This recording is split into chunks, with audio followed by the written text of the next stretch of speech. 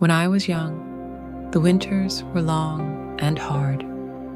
The snows would come like great white bears, settling their heavy bodies across the hills and forests, sealing away the berries, the sweet roots, the soft greens we once plucked with easy hands.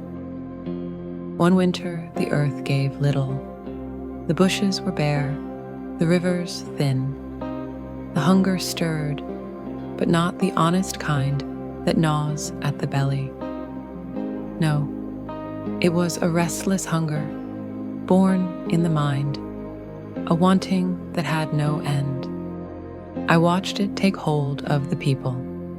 They began to hoard, to scrape and pile, to clutch at scraps, as if mountains of food could protect them from fear. Even when their bellies were full, their hearts stayed hollow.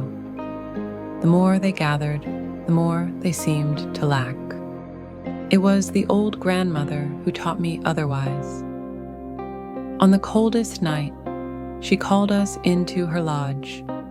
No feasts, no grand meals, only a simple broth in a small, worn bowl. She handed it to me, half empty. I looked at her, confused, and she smiled with her wrinkled eyes. "When your bowl is always full," she said, "your spirit forgets how to breathe.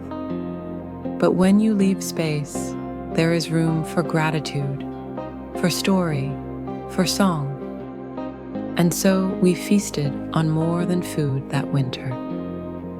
We feasted on stories of the river spirits, of the trickster coyote, of the stars that danced at the edge of the world. We sang songs to the cedar trees and wove laughter through the nights like strands of warm light. And slowly, the hollow ache faded, not because our plates grew heavier, but because our hearts did.